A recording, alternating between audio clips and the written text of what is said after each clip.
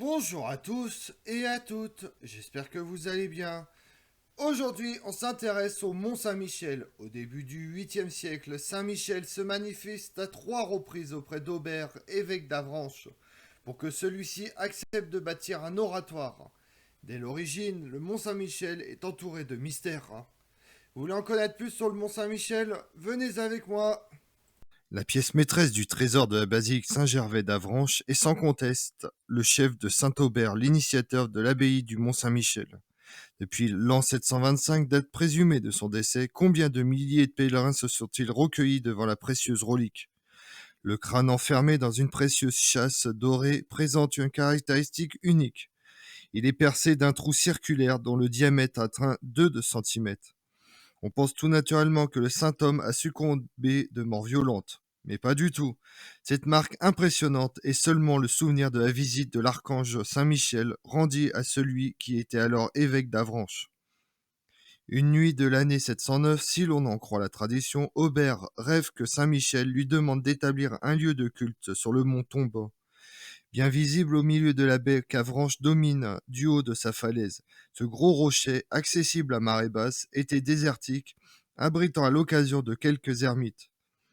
Aubert préfère ne pas prêter attention à ce songe, qui encourage alors une entreprise ruineuse.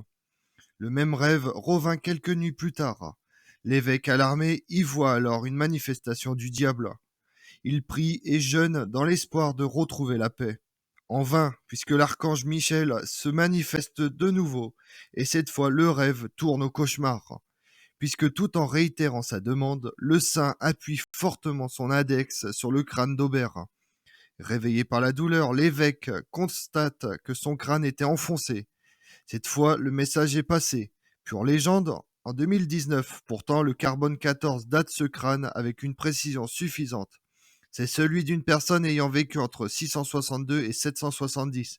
Est-ce bien le même Aubert? Il n'existe pas de preuve formelle, bien sûr, mais le trou, vers 2000, une analyse paléopathologique conclut à un kyste épidermoïde sur un homme âgé d'une soixantaine d'années. Mais qu'importe sa réalité, suite à la soupçonnée intervention de l'archange Saint-Michel, un chantier hallucinant va être lancé. Contemplant le mont Tombe, Aubert se sent perdu. Où et comment édifier le lieu de culte exigé? Il invoque l'archange qui, dans un nouveau rêve, le tranquillise. Au sommet du rocher, il trouverait un taureau attaché à un piquet. L'air foulé par l'animal déterminerait l'emplacement et la dimension de l'église. Sur place, un taureau avait en effet dessiné les plans de l'église. Mais à cet emplacement se trouvait une énorme pierre culturelle païenne. Comment la dégager? Alors une force divine se manifeste et elle roule dans la pente pour s'effondrer au pied du mont. C'est sur elle que se dresse la petite chapelle Saint-Aubert. Non loin d'ailleurs se trouve une fontaine, apparue par miracle, dit-on, et pour cela dédiée à Saint-Aubert. L'église, capable d'accueillir une centaine de fidèles, fut consacrée en 709. Auparavant, Aubert avait pris la précaution d'envoyer quelques moines en Italie, et plus précisément dans les Pouilles, pour en ramener des reliques du mont Gargano, dédié à Saint Michel. Ainsi, le mont Tombe deviendra-t-il une destination de pèlerinage, et c'est ainsi que naît le mont Saint-Michel, où fut installé un chapitre de 12 chanoines. Si l'on se tient à la tradition, une question peut se poser. Pourquoi l'archange désire-t-il un lieu de culte sur le mont Tombe? Rien n'empêche d'y lire un épisode de sa lutte éternelle contre le démon. En effet, à 20 kilomètres du mont Saint-Michel, au milieu du polder, créé à partir du Moyen Âge, se dresse le mont Dol, et une légende s'attache à cette colline. Les traces encore visibles d'un duel homérique qui oppose le saint au diable. Dans le rocher à gauche de la chapelle, on distingue la marque laissée par le séant et les griffes du diable, terrassées par l'archange. Celui-ci aurait alors creusé une faille, dite trou du diable, de l'autre côté de la chapelle, dans laquelle il aurait précipité son ennemi, lequel, disparaissant dans les entrailles de la terre, serait réapparu sur le mont Saint-Michel. Alors d'un saut, l'archange se jette sur lui, l'empreinte laissée par son pied quand il se propulse est visible dans le rocher, près de la tour portant une statue de la Vierge. Pour le visiteur, rien de plus difficile que d'intégrer l'agencement de l'abbaye du Mont-Saint-Michel. Il faut comprendre que de siècle en siècle, les édifices se sont adjoints les uns aux autres sur les flancs du rocher. prenant appui sur les plus anciens pour sans cesse monter vers le ciel. D'où ces cryptes dont les piliers soutiennent l'église abbatiale. Ainsi, Notre-Dame sous terre, qui est l'ancienne église où officiait l'évêque Aubert, et la stupéfiante crique des gros piliers dont chacune des 10 colonnes mesure 5 mètres de circonférence. On se demande comment les moines du Moyen Âge parviennent à calculer les forces à prendre en compte. Pour nombre d'ingénieurs et d'architectes, que l'abbaye tienne debout relève du miracle. L'autre originalité de l'abbaye est qu'elle est adaptée au relief, le plan traditionnel des monastères bénédictins.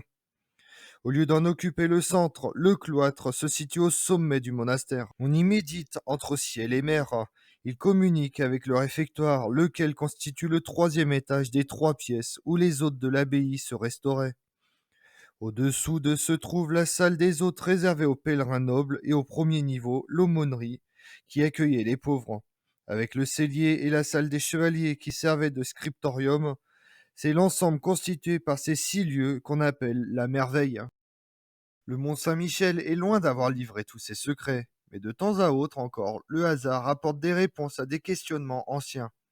Par exemple, on ne savait pas s'il fallait donner une valeur historique à une tradition selon laquelle, en 1204, des Bretons alliés au roi de France Philippe Auguste avaient attaqué le mont, pillant le village et incendiant l'abbaye. Or, en 2017, la remise en état des canalisations dans la rue principale du village a mis à jour une nécropole médiévale, une trentaine de corps qui pourraient avoir un rapport avec cette bataille.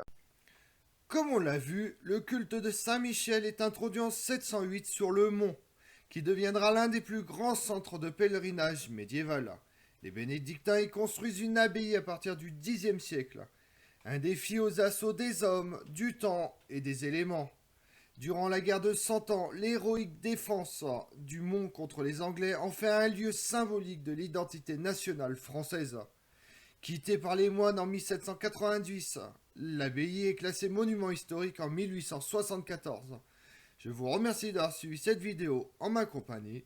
Si vous voulez connaître mes autres vidéos, retrouvez-moi sur ma chaîne YouTube Tout sur l'Histoire avec Damien, mais également sur les réseaux sociaux, Twitter et Instagram, Histoire Damien. Et pensez à liker, commenter et vous abonner. Je vous remercie à tous.